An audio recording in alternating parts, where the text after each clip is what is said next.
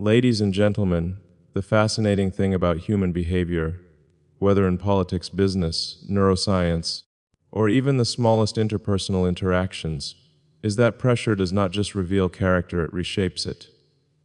It bends it. It sometimes breaks it. And every now and then, it forces someone to confront a truth they've spent years avoiding. Tonight, I want to talk about a moment that has become a case study in psychological adaptation, strategic recalibration, and the extraordinary human ability to pivot when the environment becomes too overwhelming to resist. I'm speaking, of course, about the sudden shift we've seen from Mamdani, a man who, after years of positioning himself as a strategic opponent, now finds himself scrambling to build what he calls a good relationship with Trump. Now, I don't present this as political commentary. I present it as a neuroscientist, someone who has spent years studying decision-making, emotional responses to power, and the way the brain compresses complex threats into simple impulses: fight, freeze, flee, or in cases like this, fold. Because when you examine this moment through the lens of human cognition, rather than political ideology, something remarkable appears. A clear demonstration of what happens when a person realizes the cost of resistance outweighs the psychological reward of defiance. You see, the human brain is an energy-saving machine. It's built to calculate risk, predict threats, and optimize outcomes, often unconsciously, long before we take action. When someone like Mamdani goes from defiance to diplomacy, what we're actually witnessing is a neural recalibration, a shifting of cognitive priorities. He is no longer driven by the emotional satisfaction of opposition. He is driven by the primal need for security, relevance, and survival within an increasingly unpredictable environment. And let's be honest, few figures have created an environment as unpredictable and as psychologically disrupting as Trump. Whether you admire him, oppose him, or simply observe him like a meteorologist tracking a superstorm, one thing is undeniable: his presence reshapes the cognitive landscape of everyone around him. He changes the conditions, and therefore he changes the behavior. So when Mamdani begins this sudden journey toward alliance, what we're observing is not weakness but adaptation. The same kind of adaptation found in biological systems facing new environmental pressures. In neuroscience, this is called strategic reconsolidation. After a memory or belief is destabilized, the brain attempts to rewrite it into something that feels coherent, stable, survivable.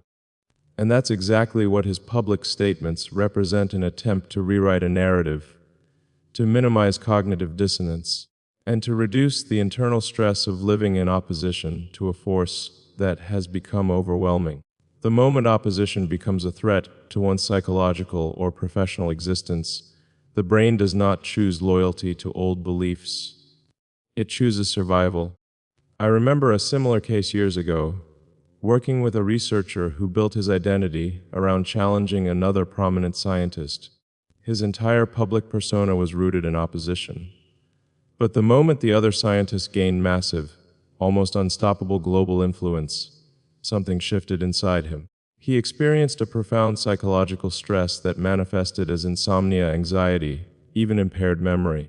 Not because he disliked the man, but because the cost of opposing him had risen beyond what his nervous system could sustain.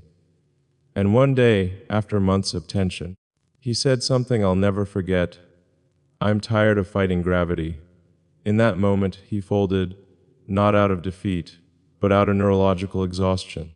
What Mamdani is experiencing now is a similar pattern, just scaled to a political stage rather than an academic one. The nervous system can only sustain resistance for so long before it begins searching for relief, and the relief often comes in the form of alliance. Even if that alliance is fragile, even if it's awkward, even if it contradicts everything one claimed to stand for before, that's not hypocrisy, that's neurology.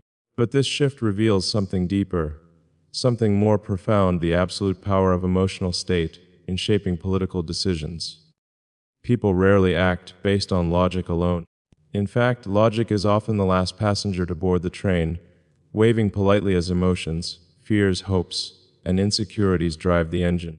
And when someone publicly reverses course, what we're really seeing is an emotional pivot long before a strategic one. Think of the moment a glacier cracks. The world sees the massive chunk of ice falling into the sea, but the real breaking point happened deep inside, quietly, long before the visible collapse. In the same way, Mamdani's public shift is just the visible part. The real fracture, the internal one, occurred much earlier. Now, why is this important? Why should you care? Because the ability to observe these mental processes in real time, especially on highly visible individuals, gives us insight into ourselves, into the ways we fold, adapt, compromise, and recalibrate under pressure. And it forces us to ask if a person under intense political pressure rewires their entire strategy. How often do we do the same in our personal lives without even realizing it? We've all had moments where resistance felt noble until it started feeling exhausting. Moments where we held on to a belief, a relationship, a position, simply because it once made sense, even though the psychological cost was slowly eroding our well-being. And at some point we too fold. We call it changing course, being realistic, trying something new. But beneath the surface, it's the same neurological algorithm at work: reduce cognitive stress, increase psychological stability, restore emotional coherence. Mamdani's shift may be dramatic in public, but it's built on the same emotional architecture we all share. This brings me to something even more fascinating: the way power amplifies psychological pressure. Power is not just political, it is biological. When someone like Trump projects dominance, whether you interpret it as strength or as unpredictability, it activates specific circuits in the brain of anyone watching. Circuits related to threat detection, attention, emotional salience. Powerful figures become neurological magnets. We cannot ignore them, and neither can those who oppose them. Their presence forces recalibration, in the same way a massive object warps gravity around it. And that gravitational effect explains why Mamdani now finds himself rushing to build a relationship he once dismissed. He is not merely adjusting strategy, he is entering a new psychological orbit, one where the cost of distance is greater than the cost of proximity. But here's where things get even more interesting and more human. Because relationships built in moments of pressure are rarely stable, they're rarely sincere.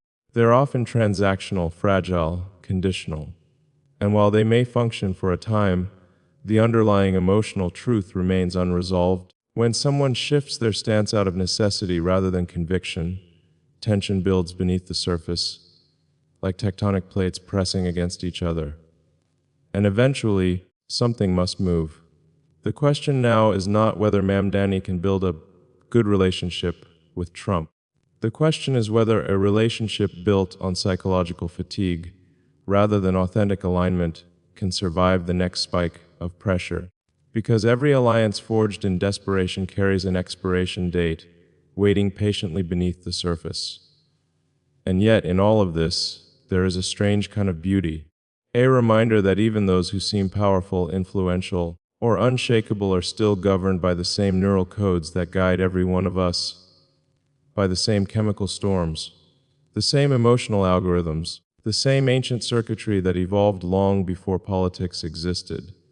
It is humbling to realize that even the most strategic figures are still, at their core, human beings responding to psychological pressure, trying to navigate uncertainty, trying to hold on to relevance in an environment that can shift overnight.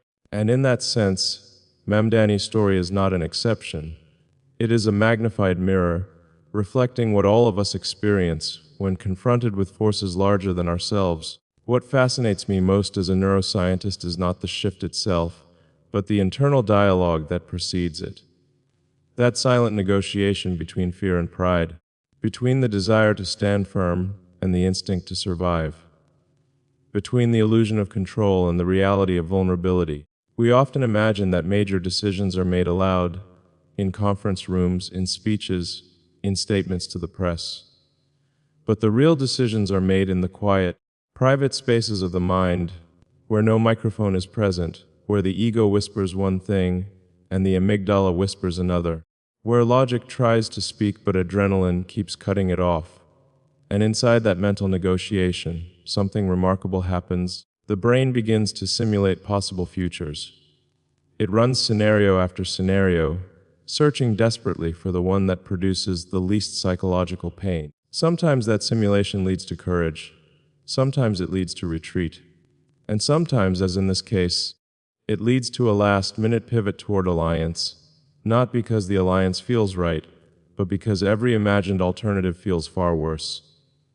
To understand this properly, you have to consider the role of anticipatory stress, one of the most powerful forces in human decision-making.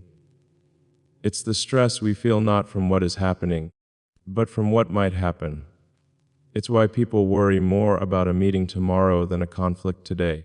It's why sleepless nights are fueled by imagined outcomes more than actual events. And it's why someone like Mamdani would choose to fold early, because the brain was projecting a future where resistance became psychologically and professionally unbearable.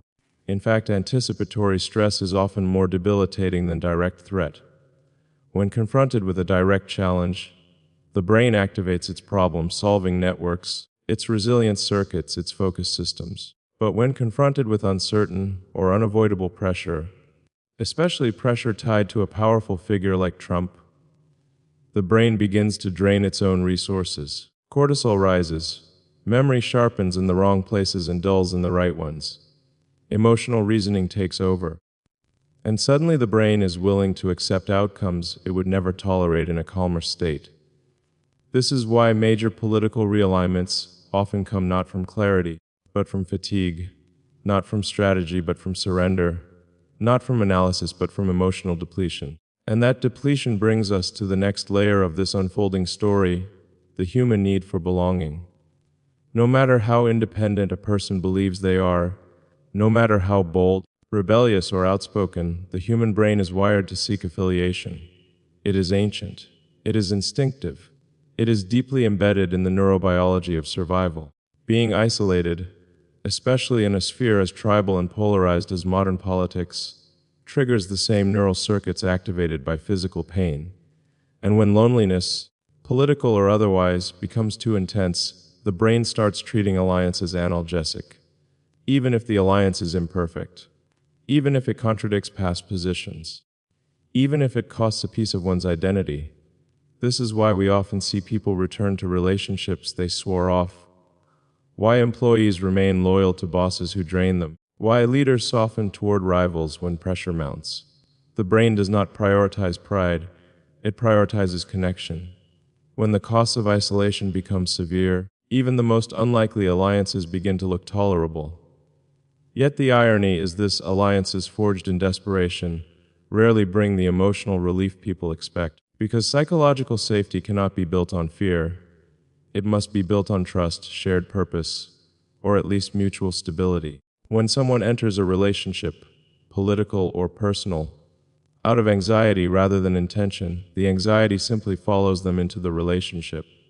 It hides, it waits, it accumulates, and eventually it emerges as distrust, tension, or conflict. Which brings us to the most important question: what happens next? If Mamdani is entering this relationship to escape pressure, then he is stepping toward a new kind of pressure, one that may be even more unpredictable. Because aligning with a force as volatile, as unconventional, as reality-bending as Trump is not a sanctuary, it is another psychological storm system, a different gravitational field, a different kind of turbulence. And the brain will have to adapt again, recalibrate again, rewrite its narrative again. But adaptation does not equal growth, and folding does not equal understanding. Sometimes people change their position without ever changing their internal model of reality. They say the words, but the neural circuits remain unconvinced. And when words and circuits diverge, the result is chronic emotional dissonance, a feeling of living at odds with oneself. That dissonance can erode confidence, clarity, authenticity, and even physical health. I have seen leaders develop migraines, insomnia, memory lapses, even gastrointestinal issues simply because they were living in ideological positions that contradicted their internal beliefs. The body keeps the score, whether we acknowledge it or not. And when a leader pretends to be aligned with someone while internally resisting that alignment, the stress compounds silently, invisibly, until it erupts. So the real question for Mamdani is not whether he can maintain this new posture. The question is whether his nervous system can, because the nervous system does not obey politics. It obeys biology, it obeys emotional truth. And if his emotional truth remains conflicted, the cracks will appear in his language, in his tone, in his public behavior, in his private confidence. But while all of this might sound like an analysis of one individual, it is actually a window into all of us, into the choices we make when we feel cornered, into the compromises we accept when the cost of resistance grows too high, into the rationalizations we use to disguise emotional exhaustion as strategic wisdom. Because at some point, each of us faces the same dilemma: stay aligned with our deeper values, or fold under the weight of external pressure. And perhaps the most profound part of this entire situation is the reminder that alignment is not a political position. It is a neurological state. When your internal beliefs match your external actions, the nervous system relaxes, the body stabilizes, the mind sharpens. But when your internal and external realities collide, your biology becomes a battlefield. Which brings us to the final layer of this unfolding moment, the opportunity within the chaos. Because every psychological crisis contains an opening, a chance to understand oneself more deeply, a chance to rebuild from authenticity instead of fear, a chance to recognize that real power, real influence, real clarity does not come from aligning with or resisting a powerful figure. It comes from aligning with one's own emotional truth. And that ultimately is the journey every individual must take to stop navigating the world based on pressure and begin navigating it based on coherence, because coherence is the foundation of all sustainable decision-making. It is the neurological state in which the prefrontal cortex, the part of the brain responsible for strategy, clarity, creativity, and emotional regulation, finally takes the wheel. And once that happens, everything changes.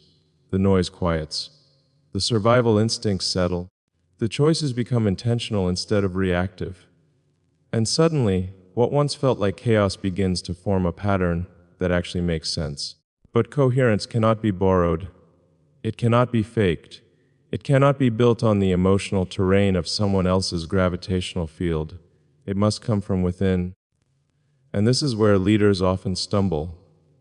They believe that aligning with power will grant them stability, forgetting that true stability is an internal construct, not an external arrangement. A person can surround themselves with influence, alliances, connections, and protection, yet still feel internally unstable, because stability is not something others can give. It is something the nervous system builds when thoughts, values, and actions finally match.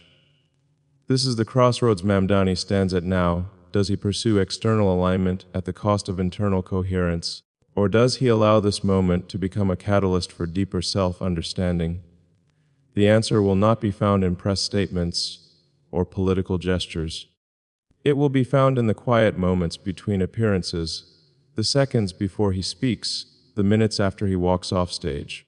It will be found in whether his nervous system tightens or relaxes, whether his breath shortens or deepens, whether his body leans into the new alliance or recoils from it without permission.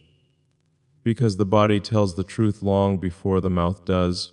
And in that truth lies the universal lesson of this entire situation. We are all navigating emotional gravitational fields created by the people around us. We are all responding to pressure, influence, uncertainty, fear, and the desire to belong. We all fold sometimes. We all pivot sometimes. We all sacrifice coherence sometimes in the hope that the world will become easier if we just adjust our position a little. But eventually, we discover something timeless. External pressure may shape us temporarily, but internal truth defines us permanently.